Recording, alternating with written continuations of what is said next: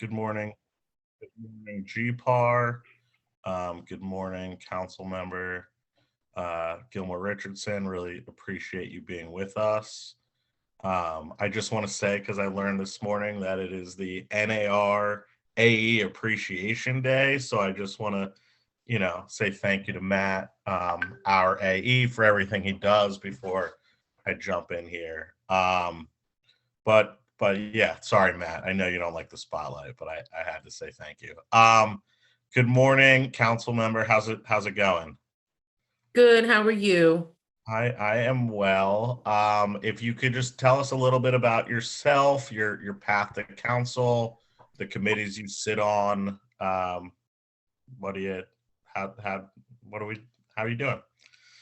Sure. Well, first, good morning, and thank you all so much for this opportunity.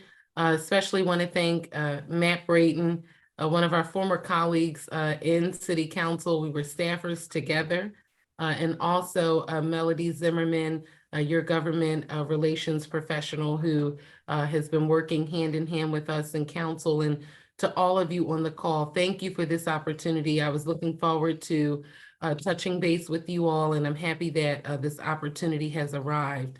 I will say it is on the heels of a very difficult evening in the city of Philadelphia, not just as a member of City Council, but also as a parent.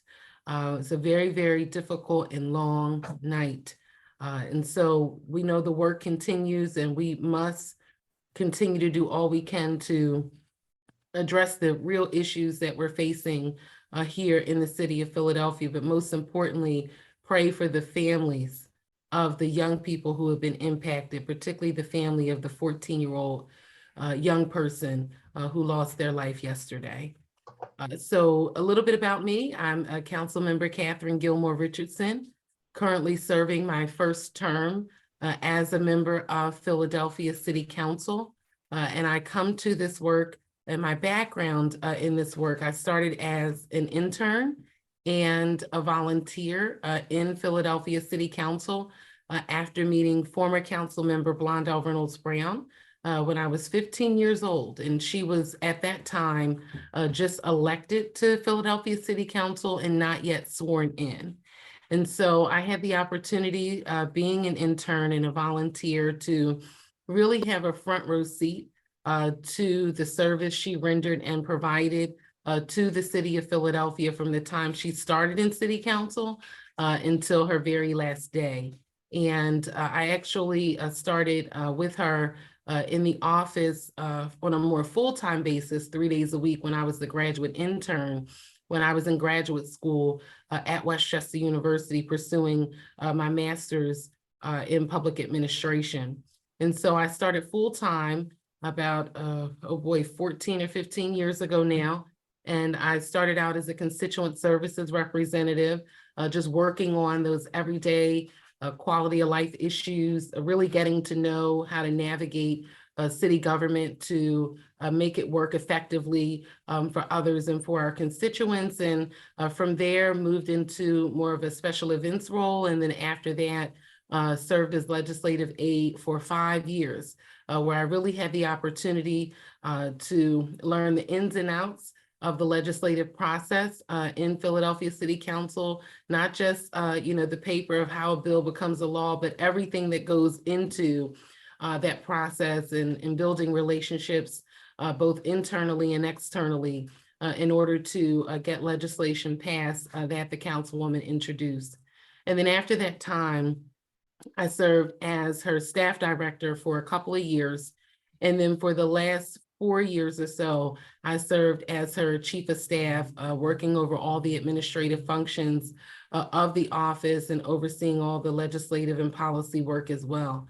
And so when the councilwoman decided not to seek re-election, I decided to run to be a member of Philadelphia City Council because I knew that I had the experience, but also the community background in order to serve our city effectively. And so now as a member of Philadelphia City Council, you know that we all were in City Hall for 2 or 3 months, and then the world changed and it was COVID-19. And so we transitioned to a hybrid process, and really it was all virtual process. I was still going into the office some days and working from City Hall, but we were virtually serving via our hearings and our council sessions. And so currently, with all of the transition we've had recently, and I tell my team every day, what a time to be alive in Philadelphia government and politics. But I currently sit on several committees, but I now serve as chair of the Committee of Law and Government, and that was a new appointment that I received last week. And that committee is most known for the charter change bills that come before the voters. And so any of the ballot questions that you may see have to come through that committee first. And so I'm now the chair of the Committee of Law and Government.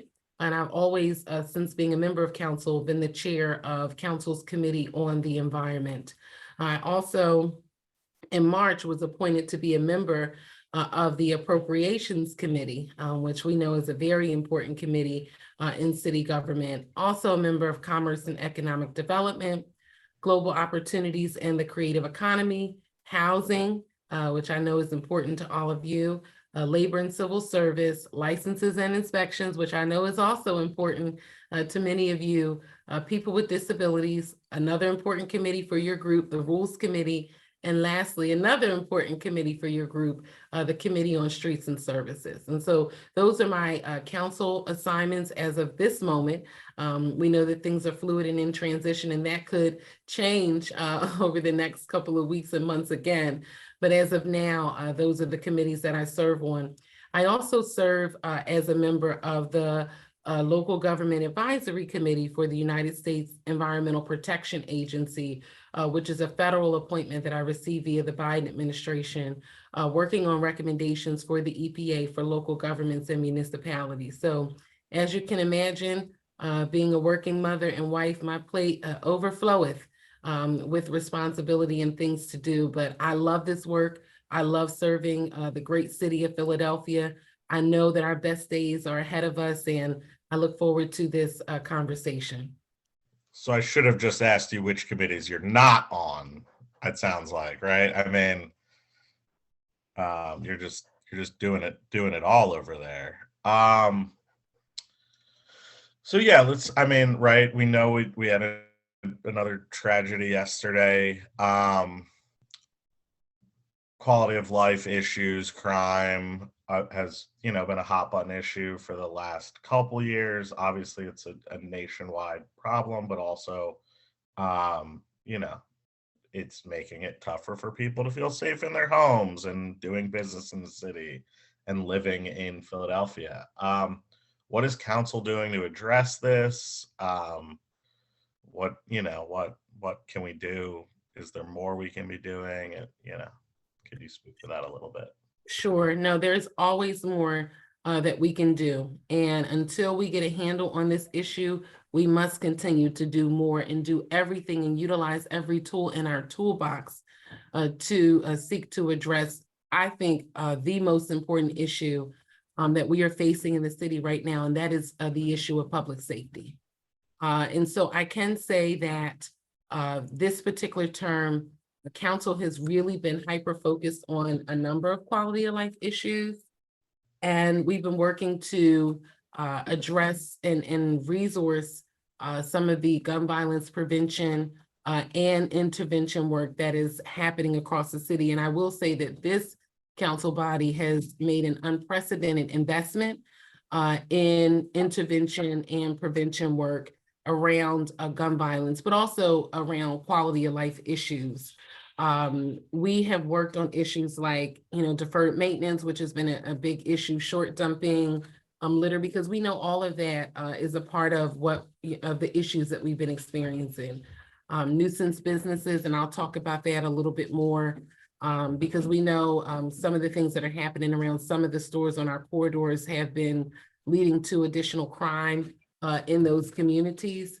Again, the investments that we've made from a council perspective, but obviously we legislate and appropriate, and the administration has to carry out the tenets of that work. But there's been the Community Grant Fund, Group Violence Intervention Program, GVI, everybody knows it as GVI.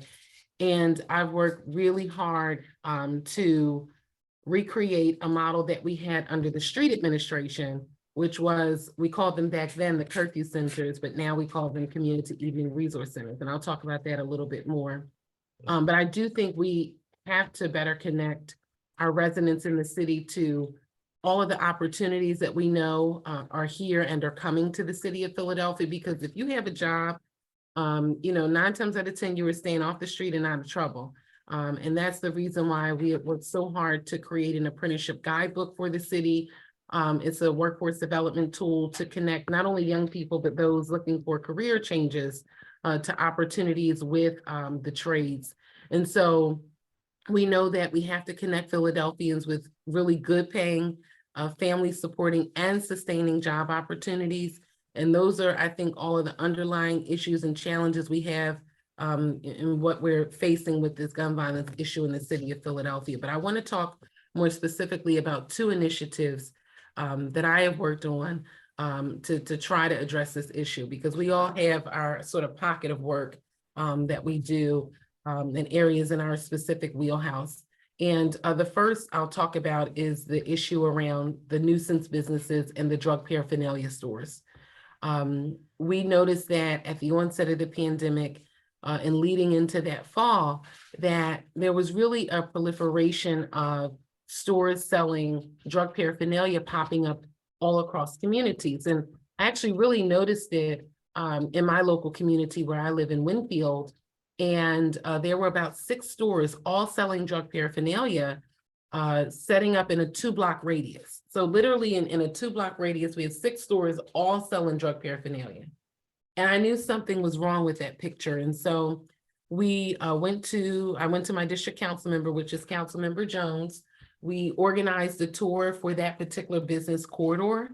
And again, what we found is that it was, very strange, the activity that was happening. And so the councilman at that point did an overlay for those several blocks at North 54th Street corridor to address the issue in the specific community.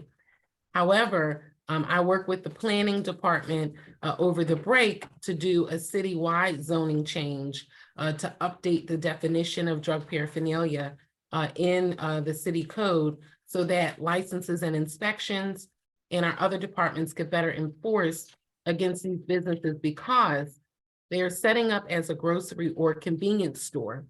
And that is what they're putting in their information that they're submitting to the city. However, they are selling primarily drug paraphernalia. And if that's the case, you need to have approval, and particularly approval of the community if you'd like to do that. And so we updated the definition of drug paraphernalia for the first time in 40 years in the city code. And we have been working with licenses and inspections to enforce against these locations. Seems like a good step in the right direction.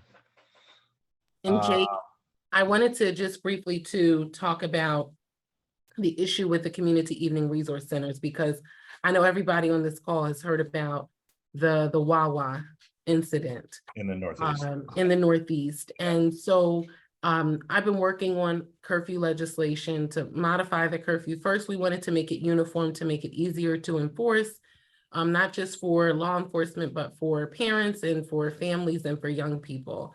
But in addition to modifying the curfew, we also work to open up community evening resource centers that are open every single day, even today, from 7 p.m. to 2 a.m. And they are providing a safe space for young people. And so if you have nowhere to go and nothing to do, you can go to these locations. They have game rooms and drone nights, and they have a barbering academy at one now. They have photography nights. It's a really fun location. We opened up 2 of them, one in South Philly and one in Southwest Philadelphia. And we the city just announced the 2 additional locations in North Philadelphia and Northwest Philadelphia. My goal is to have a center in every single police division in the city of Philadelphia, so that it's helpful to the police officers who need to enforce the curfew to have a space in place to take the young people, but also it's helpful to the families that may need resources. But I will tell you this, what I saw happen at that Wawa, It is unacceptable. It is completely unacceptable. And that type of behavior, it needs to be consequences, okay, for that type of behavior. And we must ensure that we are not only helping our young people with resources, but helping them understand that when you do things that are not right, and when you do things that break the law, that you have to understand that there are consequences for those actions. And so I'm going to continue, working on this curfew piece. I introduced a curfew bill earlier this year that was just for the summer, and that was to try to help the police officers again with enforcement over the summer. We sunset it for actually tomorrow, hoping that things will be better. Things are not better. The police department are telling me they really need the curfew to stay in place in perpetuity. And so I introduced a bill last week to do that, and we're soon to have a hearing on that matter. And the curfew will continue to stay where it is once that legislation is passed. And we are thinking of adding additional components to that bill based on community feedback to ensure parents understand that if your young person comes in contact with us, that there will also be consequences for you. And so we are working really diligently on that matter. And the hearing will be in the next week or so. And we will continue to work on that issue as well. But those are two specific things that I've tried to work on related to addressing some of the crime that we're seeing across the city and some of the criminal incidents that we're seeing in the city, because we've seen that so many young people have been involved in crime or criminal incidents simply because they're out late or simply because they have nowhere to go and nothing to do. You would be surprised and dismayed about some of the situations that these young people come from. Some of them, don't have parents or guardians to help them. Some of them are really just on their own, just trying to make it every single day. Some of these children are hungry. Some of these children are coming from abusive situations or situations where their parents, may or guardians may be under the influence of specific drugs or opioids. I mean, it's a number of issues just based on the amount of poverty we have here in the city. And we have to work to help young people with resources, but also to help them understand that there must be consequences for bad action. And so those are just a few of the things that I've been working on, in addition to the work of all of my colleagues in council to ensure that we resource the gun violence prevention and intervention work in the city and address more quality of life issues as well. But it will take a whole government approach, and that's what we have to do. Right. Who are your friends on council? I've asked everybody this question, and I always appreciate the answer. So, like, who are you tight with on council? Who are your people? Well, that's a great question, and I would have to say probably everyone. And so, and I have to give you this context and this background. Remember, I've been in council, in or around council since 2000. And so I started working there full time, like actually on the city payroll in 2008. And so outside of Brian O'Neill, who I love, and outside of Council President Clark, who I also love, as of right now, the 13 members who were there, outside of those two, I was there when everyone else arrived. Okay. And so when they came to City Hall and they entered City Council, I was already there, and I was always the one sharing information and helping everyone get acclimated to City Hall and to City Council, and sharing, our standard operating procedures from our office to help them set up their office administratively, and, legislative packets and the like. And so I will have to say, I don't really have a bad relationship with anyone. I've had to agree to disagree with one of my colleagues in a very public way. But outside of that, I have great relationships with everyone. You're not a typical sort of first term council member. So,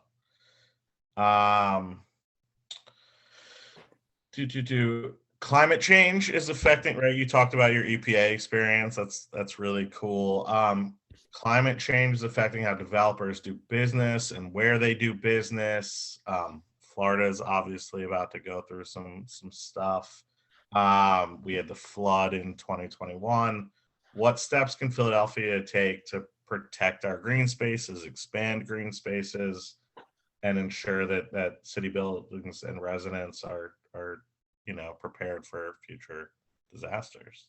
Sure. And so I will tell you, we've really started to think about this after the incident with the flooding, not only on 676, but in our downtown areas. Right. And thinking about how some of the old federal maps were so old, they just didn't account for some of our new realities that we're faced with. And I think we all know and realize that climate change is not something that's like this theory of tomorrow, but that we're experiencing climate emergencies in a more visceral and real way on an everyday basis here in the city. And it's not just from a development perspective, which is very important because you want to be able to plan properly, right, for your projects and, particularly around your balance sheets, but also for our residents around utility burden because of our old housing stock and the age of our buildings and our structures. It also impacts utility burden and a few other things. And so we've done a few things here. I have to preface this by saying I was the clerk of City Council's Committee on the Environment under the tutelage of Councilmember Blondell Reynolds Brown. And we worked on bills like the energy benchmarking bill. And I worked on the first iteration of that bill with PICO and others.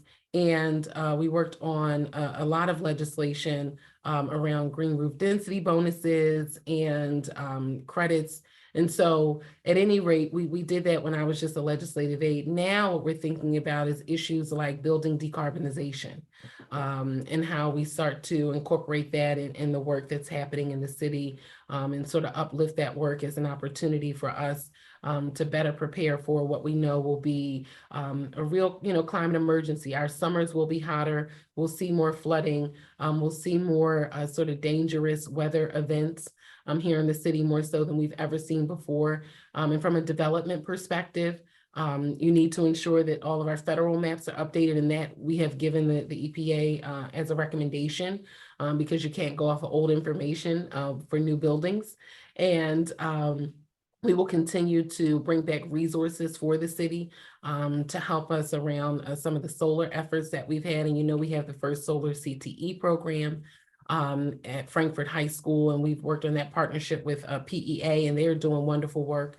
Another initiative I think that's important to mention that can help us with some of this work around mitigating the impacts of climate change is the Whole Homes Repair Act legislation that was championed by Senator Saval and our state legislators. And I had introduced a resolution in support of that act that will bring hundreds of millions of dollars to the city of Philadelphia to help make really important whole home repairs and upgrades to some of our older building stock. And so that kind of work we have to continue to do. Lastly, and I have to say this as a member of Council's Committee on Licenses and Inspections, sort of looking at our policies there to figure out how we can make additional changes so that it's advantageous for our development community, but also our housing community. And so that's the work we'll continue to do. I have some work on building decarb as we speak, and I think we're going to kind of hold it off until the spring for a few reasons,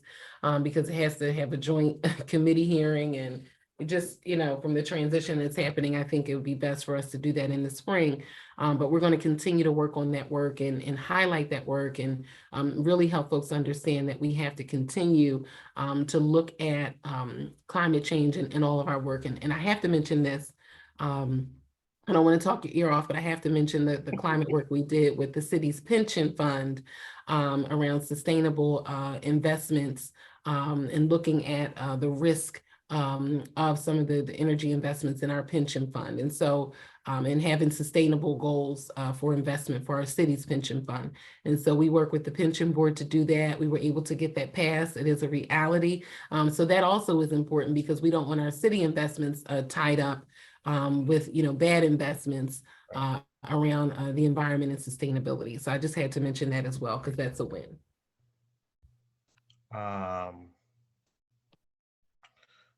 Affordability, I think, that's all right. Some of that's just over my head, but it's good to hear that somebody is focused and working on that.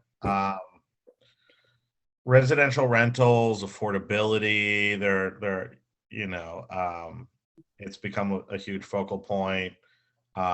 Rent control has been thrown out a couple times at council. What is your position on rent control? Do you have priorities this fall for housing and development? What can council be doing to help with these issues? Sure. Well, first, I will say I'm a member of council's committee on housing. And as a lifelong Philadelphian, I recognize that our city has changed. It has changed dramatically in my lifetime. And I do recognize that families are struggling to sort of compete in this housing market and around, having affordable, accessible housing for our homeowners, but particularly for our low-income homeowners, because we have such an issue with poverty and so many of our residents living in poverty in the city. And so that I do recognize as someone who's been here. What I will say is that I've learned a lot more about this process, and I have to very quickly tell this story because my parents both passed away when I was a staffer in council. And my mom actually passed away on the first session of council in the last term. It was on a Thursday, I'll never forget. And my parents left us 2 houses in Winfield, both with mortgages, one that we share property line with St. Joe's. And through that process, I will tell you, I have learned a ton about real estate and about the housing market and about being a landlord, because I am also now a landlord and have 3 properties in Winfield and just have learned an immense amount about real estate and the market and just about providing quality, affordable housing to residents. And so I recognize for me, I wanted to focus on that issue from a housing perspective because I knew that if I went through that issue, that so many other people were facing issues with maintaining their generational wealth and their family homes. And so I've decided to sort of focus on tangled titles as an issue because it's what I more personally experience and really know and understand from a very intimate way. And so I've worked to focus on helping families keep their homes and stay in the homes they already have from a home ownership perspective, because that's the way you build generational wealth. You do not build generational wealth any other way but by owning a property, owning your land. And so while I've supported, some of the other housing programs around the Whole Home Repair Act and Built to Last with the Energy Authority, I've also been very vocal about the tangled title issue, and through the Neighborhood Preservation Initiative, was able to work with Council President Clark to get $7.6 million to help families untangle tangled titles, receive legal assistance and monetary assistance to, sort of close out their cases and maintain their generational wealth in their family properties. We know that there's over 10,000 of these homes that we can actually track in the city. But I believe it's so many more because folks like in my family, even after my parents died, I just kept paying the mortgage and the taxes and the insurance until we were able to get their estate finalized because my mom never closed my father's estate. And so I literally had to do all of that at the same time. And there's so many families that are dealing with issues like that. And so we can track about 10,000. We think it's so many more. It's primarily in Council District 3, which is the #1 council district with this issue, Council District 5, Council District 8, Council District 9. Those are like the biggest areas where we really deal with this tangled title issue. And we know that those families, they're not eligible for any type of city relief program, city services. They are not able to get insurance. They can't, qualify for different repairs. And so I've really tried to focus on that issue as a way to maintain your family properties and your homes and also your generational wealth. From a residential rental perspective, again, I've learned a lot about this issue because the day that I actually went to closing, finally on the properties that I had to purchase from my parents' estate, there was no rent, and I had to go through that entire process with working through that challenging process. And I'm being very nice with It's my fun words. being a landlord in Philadelphia, right? I mean, Yeah, so fun thing. yeah, so I'm being nice with my words, but it was very challenging, and I did learn a lot about that process. And what I will say is that there was a bill and there was legislation during the pandemic that was introduced that would have provided for rent control in the city of Philadelphia on a temporary basis based on the pandemic. I will say that for a number of reasons, that legislation did not make it through the Housing Committee. And so that legislation never made it to the floor of all of the members of Philadelphia City Council. I will say that I was not in agreement with that legislation. I am not in agreement with that legislation. I think it's very difficult to sort of understand if you don't really have that experience as being a landlord. I recognize we have significant challenges around affordability. We do, need to fix, some of the underlying issues that are sort of driving up prices in the market, even though I think the market is settling out a little bit. Yeah.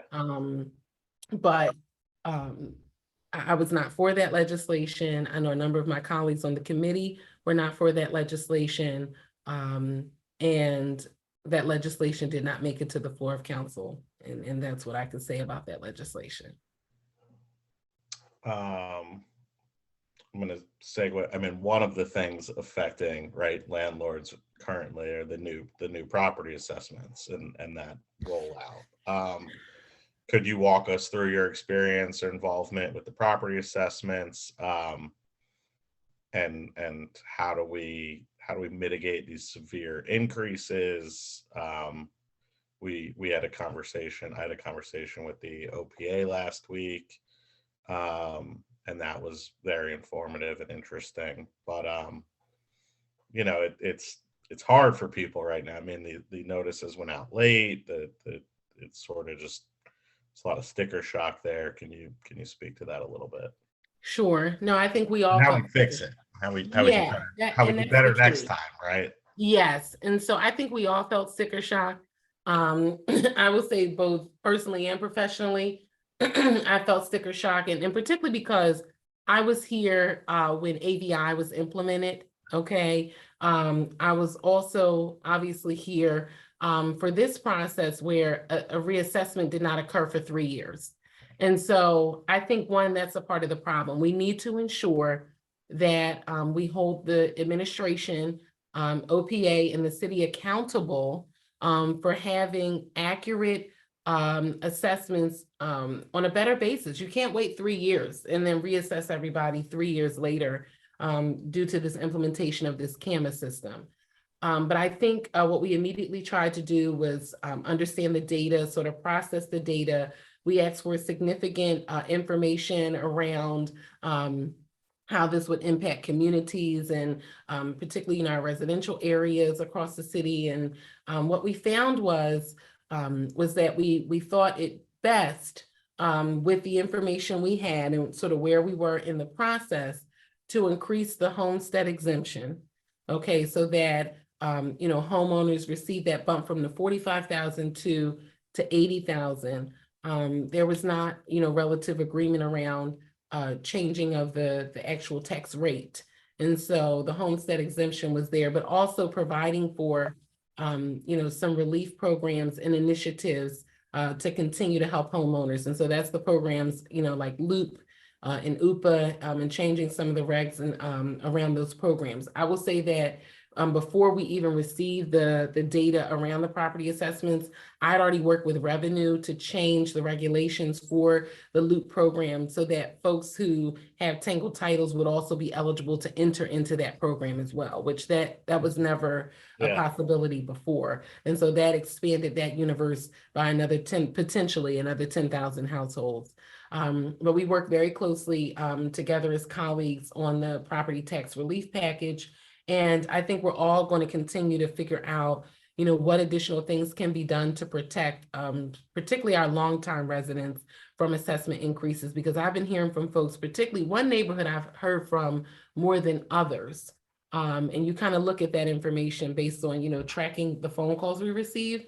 Right. And I received a number of calls from folks in the Allegheny West community that their assessments are sort of off. And so what we've tried to do is every address we receive, we ensure that they get the information about the first level review and, how the deadline was extended. Obviously, for the formal process, that is dictated by state. And so that could not change, but we are ensuring that they have the information, the application, helping people get that information in, giving them correct information, and just trying to get the word out as many places as possible about assistance that's available. I've been going to churches on Sundays, and we have resource tables. We bring the Department of Revenue with us with all the programs that are working to help people on site. We've been doing events in the evening. I've hosted radio shows on WURD to talk about this issue. I mean, we are just trying to get the word out to as many people as possible about the help that's out there. And unfortunately, and I do recognize this and have sort of reached out to figure out how we can work on this. Some people we won't be able to assist, because I'll tell you, for example, in my situation, I have 3 homes, right? Only 1 primary residence, right? But I have 2 other properties. And one, the property taxes are going up almost triple. But I know the house, I mean, I just bought it. I know the house is not, worth the amount, that the city is saying. But we share a property line with St. Joe's. It's right off of City Avenue, right? And so it's those kind of individual issues that have to be addressed. Did you get your first level review in yet, or? So exactly, Jake, you're ahead of me. So those are the type of things that we're trying to do. What I have asked the financial folks internally in council, we can't make any changes to taxation in the middle of the year. You just, as against the law, you can't do that, the uniformity clause. So I'm trying to figure out if we can do any additional relief programs for individuals that may have, they may not be eligible for LOOP. They may not be eligible for UPA. They may not be able to get on a senior tax freeze. Just to figure out if we can provide additional assistance to those folks that sort of are outliers and that fall outside of the typical circumstance that we have already budgeted for. I'll give you an additional example. One of the families from Allegheny West, they actually have 2 houses on the same block. The one house the mother lives in, the other house, her son lives in the other house. But the other house assessment went up from about $1,000 a year to $5,000 a year. And she said, I just cannot afford that. And I'm not eligible for any relief programs or any services. And so those are the individuals that we want to assist and seek to help, because a lot of folks, have only 1 or 2, maybe 3 properties, have 1 primary residence, and they have other properties that may have family members or others living in them. Those are the type of people that we really want to seek to help, because we know that at the end of the day, this is going to impact our rental community in a real way. Even on I recognize that both personally and professionally. We've heard that from, I visited with some of the real estate leagues and groups, and they've all said the same thing, that their taxes are going up and that they have to pass that cost on to the tenant. And so I think we have to figure out additional programs to help in that regard as well. Right. I think tenants are gonna feel a lot of this burden. Yeah. And you're gonna have, right, we don't want to force people to sell, but if she can't afford the 5K, then she's gonna dump the property, and that creates, other issues. So that's what I worry about is we lose mom and pop landlords because they decide they don't, want to deal with this new tax increase. And that's the naturally affordable housing. Like, that's the naturally occurring affordable housing are the mom and pop landlords. I don't know if folks realize that, but 9 times out of 10, your mom and pop landlords are your naturally occurring affordable housing in the city.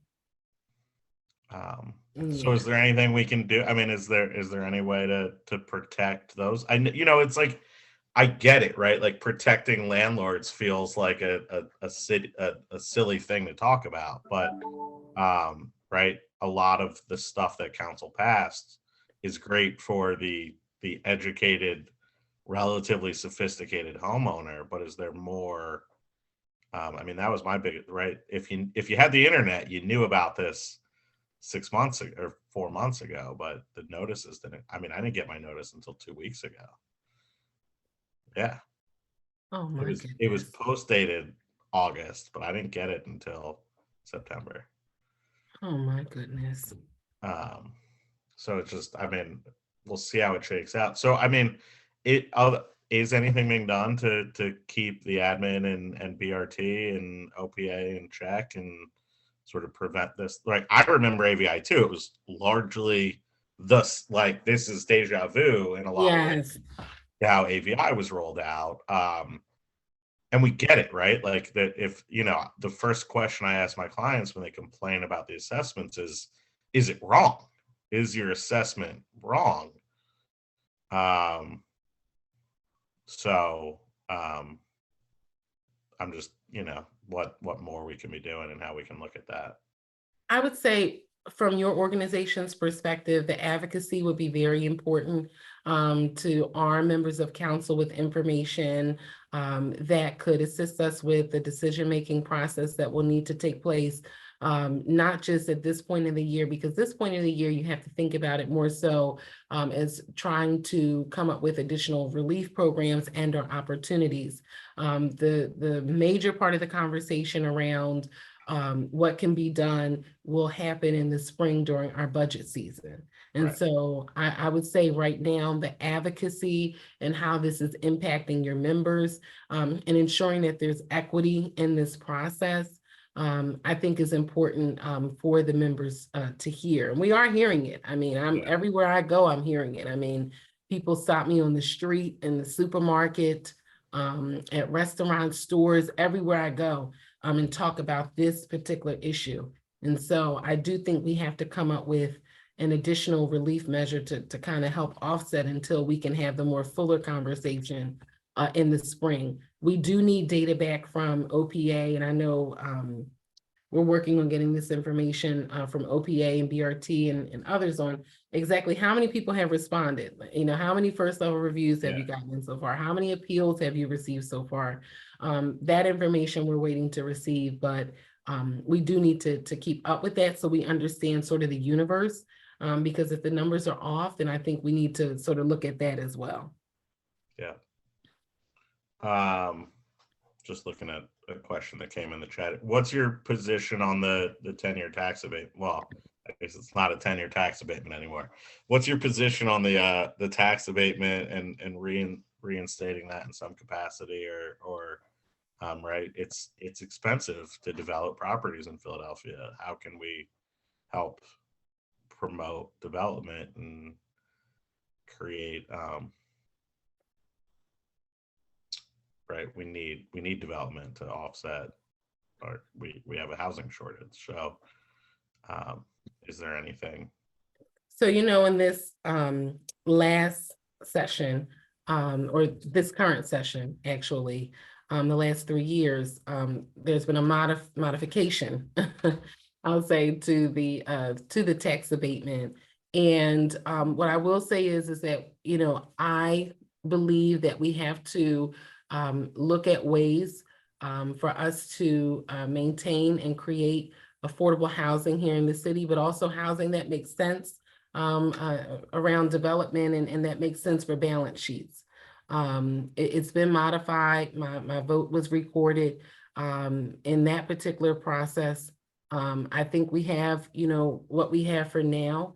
And it's something that, we may need to revisit based on what's happening in the housing market, but I just don't think that's something we should do right now until we, look at the housing market sort of shake out over the next year or two. Right. Yeah. I mean, we're in a weird cycle right now. We are. And it's like, so we've had a bear market. We've had inversions of the Treasury yield curve.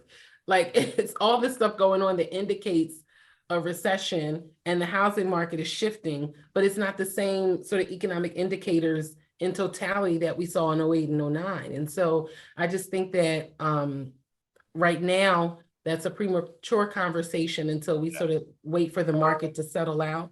And I just have to throw this in there. That's why I introduced legislation around our budget stabilization reserve, and ensuring that we have a certain amount, bare minimum, in our reserve. Because if it was not for the Biden administration, I will be honest, we were going through that initial COVID-19 budget, we would have been up a creek without a paddle, okay? And so I do think for now, we need to wait until the market sort of stabilizes. We see what happens with any potential economic downturn. Even though, like I said, the economic indicators are slightly different this time around, and then sort of look at that in the next term. I say that because both from a city perspective and a school district perspective, in the next 2 years, if you look at the sort of the balance sheets a couple of years out in the 5-year plan, our surplus is scheduled to go down drastically. Okay, we're only at the place and space that we are right now because of the federal package and the dollars we were able to receive. I do think that we need to wait a year or two before we make any decisions around that issue, because we have to wait for things to stabilize. Sure, makes sense. I'm just gonna, I'll leave it with this last question that came in the chat because I think it's an important one. And I'll pull it as a suggestion more than anything, but I hope the Housing Committee is working with language access and outreach to, communities that might not understand the notice they got in the mail and what is being done on assisting the Asian Americans and other communities in our city. So I know that's a barrier there when people don't speak English, but another important consideration. So very important. And I will just ask my team, because Eliza and Taylor are on, if you could just take that information down back to OPA and BRT, because I think it was translated into 2 additional languages this year on one of the forms. I just want to make sure that they have OPA has guides. I can put the link in the chat. Hi, Okay. Eliza. OPA has guides that are in, I think, 8 or 9 different languages about how to go through the process. I'll find that and drop the link in the chat quick. Thank you. And Rose, if you could share that with folks in your community, and we'll seek to do that as well. And it just goes back to the piece around if you don't have internet access, Right. So I'll ask about, how that information is getting out for folks that don't have internet access, because that's important. And yeah, I'm gonna sort of wrap things up there because we're rapidly approaching the hour. I really appreciate speaking with you, having your perspective on council. I think is important, and your seniority now. You're like it's pretty cool. So wait a minute, is that Alan? Like Alan Dom? That is. How are you, Council? Alan! How are you, Councilor? I've been listening. I just want to jump in and say, Councilmember Gilmore Richardson is doing an amazing job, and she should have our full support. She was one of my best people on council. I just want to say I can't say enough positive things about her and what she's doing for our city. So thank you. Keep up the great work. Oh, Alan, thank you so much. Okay, you asked me that question earlier, Jake, about my best colleagues, and I said I have great relationships with everyone, but I will tell you, I developed the best relationship with Alan during this process. Just one of the best colleagues. Really miss him so much. Just to turn around and not see you sitting behind me on Thursday, Alan. I was a little sad that I had to text you, but he was just one of the best colleagues I have ever worked with. Just super intelligent, guiding us through a lot of tough moments, and just was a great listening ear and friend in that body. So I just want to thank you, Alan. I'm so excited that you were here. Well, I heard everything. Kind of the answer I was looking for when I asked that question. But yeah. Keep up the great work. Really, you're really representing us extremely well, and you're doing great work. And I'm so proud of you. Really amazing. Thank you. Thank you, Alan. Gosh. Cool. Well, yeah, I didn't know he was in here, but yeah. Well, thank you again. I'm going to turn it over to Matt to wrap up. But yeah, really appreciate everything you're doing. And yeah, if we can help, or you know, we're here too. So Here's something cool. Today's coffee talk went coast to coast, if you will, across the entire Commonwealth. As we have Preston Moore, he's the PAR current. What are you, vice president? Something like, you're something fancy, Preston. But he joins us from Pittsburgh. Well, no, I work for Al Perry now. I mean, we cannot forget that, but I'm the first vice president. And next year I will be the president-elect, and Al Perry will be president. All right. Well, Preston, we're so happy to have you with us. We hope you'll join us again in the future. So speaking of joining us again tomorrow, don't forget, we have the workshop with Janice Benstock, 1 o'clock. Thank you, everyone. Thank you, Councilwoman. And have a great day, everyone. Take Thank care. you. Have a good day. thank you.